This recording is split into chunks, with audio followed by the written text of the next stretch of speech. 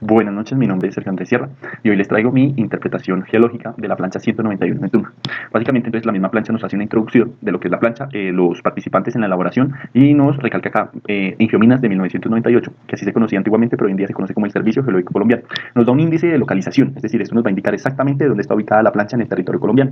También nos va a hablar de los límites colindantes o las planchas colindantes de la plancha que estamos trabajando. Quiero destacar que hoy en día las planchas geológicas son muy intuitivas. ¿Esto qué quiere decir? Que toda la información la vamos a encontrar directamente en la plancha o en el plano y no hay necesidad de buscar información externa. Entonces, básicamente, lo primero para entender esta plancha geológica es entender la base cartográfica. Entonces, básicamente, eso nos indica cómo va a estar representados los diferentes elementos en nuestra plancha geológica, tales como ríos, curvas de nivel, carreteras pavimentadas, carreteras sin pavimentar, caminos, senderos, límites departamentales, caseríos, colegios, incluso pues áreas construidas. El elemento más importante de esta base cartográfica son las curvas de nivel. ¿Qué son las curvas de nivel? Son líneas que unen puntos con la misma altitud.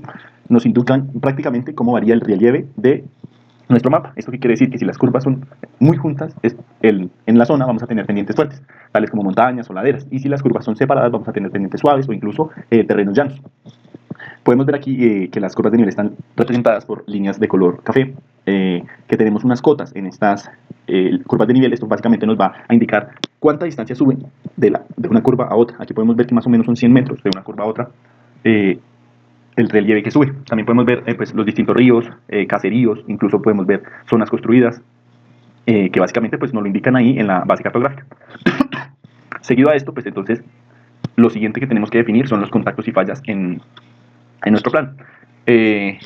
Antes de ver los contactos y fallas, quisiera recalcar cómo se relaciona las curvas de nivel con los tipos de roca y su propia morfología. Entonces, básicamente, la resistencia a las rocas en ambientes a lo largo del tiempo influye directamente en el moldeado del relieve. ¿Qué quiere decir esto? Que si tenemos rocas duras y resistentes, como lo pueden ser areniscas cuarzosas, vamos a tener una morfología con relieves altos, que pueden ser cuchillas, cerros o lomas. Si tenemos rocas blandas, tales como arcillolitas, limolitas, podemos o debemos tener relieves bajos, como valles y depresiones. Si tenemos depósitos recientes, como lo pueden ser depósitos de aluvión, básicamente pues vamos a tener llanuras y cauces activos. ¿Por qué es importante las curvas de nivel en la ingeniería civil? Porque las pendientes fuertes requieren mayor estabilización, básicamente, ya sean las obras que sean, como muros de contención o estabilidad de taludes, mientras que las zonas llanas no deberían requerir de esta mayor estabilización, pero hay que tener cuidado, porque si estas zonas llanas son zonas blandas, esto puede implicar un riesgo de deslizamientos o de pronto requerir rellenos o cimentaciones especiales. Bueno, ya como les decía, entonces es importante definir estos contactos y fallas. ¿Qué quieren decir los contactos? Los contactos básicamente es lo que nos va a explicar cómo se divide una formación de la otra. Entonces tenemos tres tipos de contactos. El contacto definido básicamente nos dice, es representado inicialmente por una curva línea continua y nos dice que se puede observar el cambio de formación directamente en el campo. ¿Qué quiere decir esto? Que si yo voy y me paro en el campo, voy a distinguir el cambio de formación al ojo. Entonces, pues donde termina una formación, ese sería un ejemplo, comienza otra y se sabe con seguridad la ubicación de la primera formación y de la segunda formación. El segundo contacto puede ser el contacto inferido, básicamente se representa con una línea puntuada. Entonces, ¿qué quiere decir esto? Que se supone que hay un cambio de formación, porque entonces lo tenemos estipulado en la plancha geológica, pero si vamos directamente a campo no podemos observarlo. Esto puede ser debido a cobertura vegetal, acceso difícil o incluso erosión del campo. Otro contacto que les quiero hablar es el fotogeológico. Este contacto se representa por segmentos y puntos, como lo pueden ver, segmentos de líneas y puntos. Este contacto se determina a partir de fotografías aéreas o imágenes satelitales y no es debido al trabajo en campo. Estos suelen ser más inciertos y deben ser verificados en estudios posteriores. Básicamente se hace un trabajo de fotogrametría y fotointerpretación para definir estos contactos entre una formación y otra. Es importante también hablarles de los tipos de fallas. ¿Qué es una falla? Inicialmente ahí, pues como para entender y entendiendo este mapa geológico, fácilmente las fallas podemos decir que son fracturas en la roca con desplazamientos y se clasifican como se mueven. Podemos tener fallas normales, inversas, deslizantes o tal como nos dice aquí en el mapa. Aquí tenemos fallas que podemos ver. O sea, una cosa es cómo se mueven y otra cosa es cómo están aquí referenciadas en el mapa. Entonces tenemos una falla definida. ¿Qué quiere decir una falla definida? Aquí tenemos un ejemplo de falla definida que pues, se representa con una línea gruesa continua y que se ha verificado en campo y se conoce su trayectoria y sentido. Es decir, si yo voy a campo ya conozco la trayectoria de la falla y el sentido. Tenemos también la falla inferida, que esta básicamente pues, es una línea gruesa punteada. Esta se interpreta que existe, pero no se ha confirmado completamente. Entonces, ¿qué quiere decir? Que probablemente o se interpreta que existe la falla, pero no está confirmada, o sea, hay que realizar estudios. Tenemos la falla fotogeológica, que básicamente se representa con una línea con trozos especiales y es basada en el contacto fotogeológico. Es decir, o sea, a menudo estas fallas aparecen o aparecen junto a contactos fotogeológicos, porque pues como se hace un trabajo de fotogrametría, pues se interpreta que hay una falla, pero pues no se tiene certeza. Y por último tenemos la falla cubierta, que está representada por puntos o una línea de puntos. Básicamente esta es una línea que indica una falla que está oculta por sedimentos recientes. Estas fallas son muy importantes porque a pesar de no ser visibles pueden seguir activas. Entonces acá hay un ejemplo que me gustó en el mapa, que podemos ver que inicialmente vamos con una falla fotogeológica, porque son líneas y puntos, y pasamos a hacer una falla cubierta, es decir, que esta falla fue oculta por material orgánico, incluso vegetal, y pasamos a tener una falla definida o visible. Entonces este es un buen ejemplo en el mapa de cómo la misma falla, porque quiero creer que es la misma falla, o es lo que yo interpreto en el mapa, tiene diferentes asignaciones o diferentes interpretaciones. Bueno, seguimos. Podemos seguir aquí con las edades. Siento que es más importante, entonces nos vamos a cómo se representan las edades. Entonces, para añadir algo al tema de conversación de las fallas, entonces, ¿por qué es importante conocer las fallas?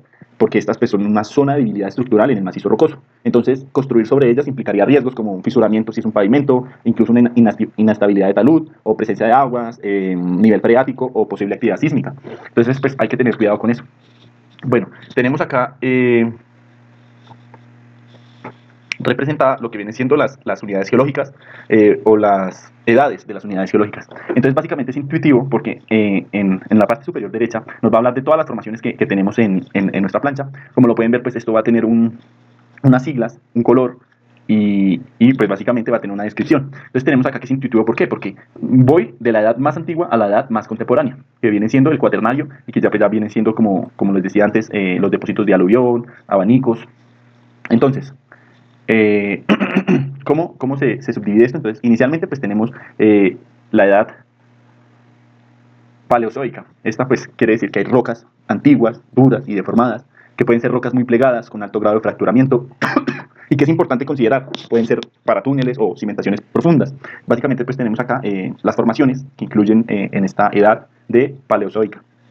Sigue la edad jurásica. Básicamente, entonces aquí tenemos formaciones, como lo puede ser la del Arcabuco. Aquí los vamos a encontrar con areniscas cuarzosas, muy duras y resistentes. Entonces, ya sabemos que las areniscas cuarzosas son rocas con bastantes buenos parámetros de resistencia. Aquí pues tiende, o en esta edad, o estas formaciones tienden a formar cuchillas o crestas, y son excelentes, de hecho, para soporte de infraestructura pesada, porque... pero igual pues hay que tener cuidado porque pueden tener fracturas o fallas. O sea, básicamente es solo lo que está en el papel. Entonces, si nos vamos acá a la formación Arcabuco, la podemos encontrar aquí en la plancha como JAR. Entonces, como les decía, o sea, es una formación bastante competente, pero igual cualquier obra de construcción pues está ligada a sus diferentes laboratorios. Entonces, aquí la tenemos en esta esquina. Entonces, es una formación de la edad jurásica. Entonces, aquí podemos tener cuchillas, crestas, como ya les mencionaba, y pues básicamente tiene muy buenos componentes de resistencia. Entonces, seguimos con lo que viene a ser el Cretácico. Aquí está el Cretácico. Aquí pues podemos tener el grupo Curubita.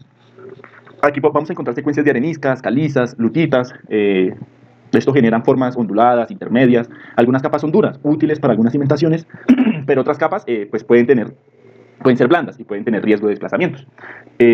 Básicamente también aquí en el Cretácico podemos tener la formación de paja, que ritoque, incluso la rosa blanca. Aquí hay una alternancia entre calizas y areniscas, como ya les mencionaba.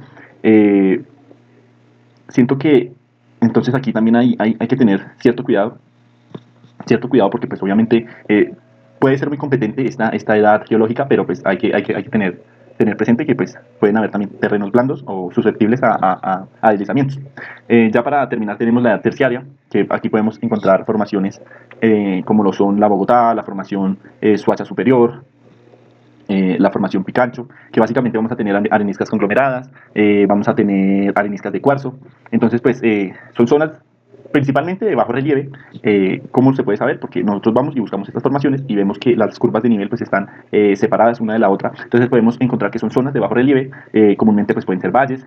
Aquí hay material de baja resistencia, pues que obviamente se requiere refuerzo en cortes o drenaje incluso eficiente o un rediseño, dependiendo de la estructura que queramos construir.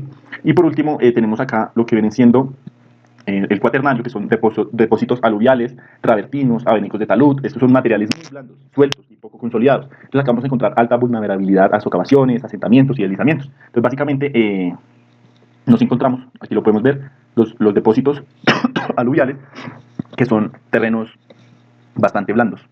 Ya para continuar, entonces vamos básicamente con lo que vienen siendo las estructuras plegadas. Estas pueden ser anticlinal con cabeceo, que está representado por una flecha que tiene una flecha hacia afuera y una que la corta perpendicularmente, que tiene flechas también hacia afuera. Este pliegue anticlinal con cabeceo quiere decir que pliegue donde las capas se arquean hacia arriba. Entonces, generalmente suelen ser rocas más antiguas al centro y suelen estar muy fracturadas. O sea, aquí podemos encontrarnos con posible inestabilidad estructural y también pues tenemos los pliegues inclinal con cabeceo. Aquí básicamente pues vamos a tener pliegues en forma de cuenca. Generalmente son rocas más jóvenes en el centro y en general son zonas más estables si no hay fallas cercanas. Hay que considerar también las fallas cercanas. Estas estructuras afectan pues básicamente la disposición de capas rocosas, la presencia de agua subterránea y la resistencia del terreno. El cabeceo te indica hacia dónde se inclina la estructura, lo cual es crucial para obras en laderas, como lo pueden ser estructuras de contención y estabilidad de taludes.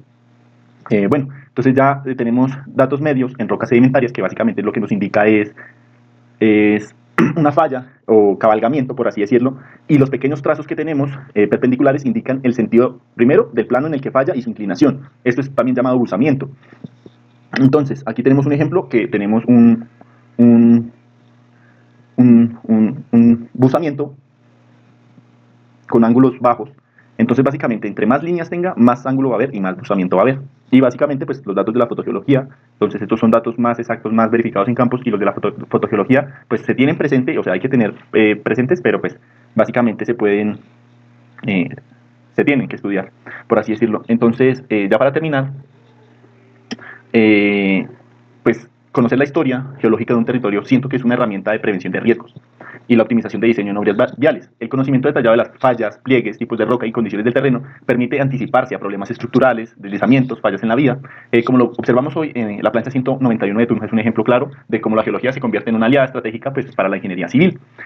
Básicamente, pues, tenemos una breve descripción inicial de la cual uno parte y básicamente, pues, esa sería mi interpretación de todo lo que podemos encontrar en este plano. Ya pues para proyectos, básicamente pues uno se georreferencia con coordenadas, es decir, si vamos acá a trabajar en una carretera o un puente, pues sabemos que tenemos una falla fotogeológica y hay que tener cuidado con eso. Y pues teniendo en cuenta el tipo de formación que es y la edad geológica que tiene, podemos saber si son rocas con buenos parámetros de resistencia o más bien rocas blandas. Y básicamente pues eso es todo. Muchas gracias, profesor Julián.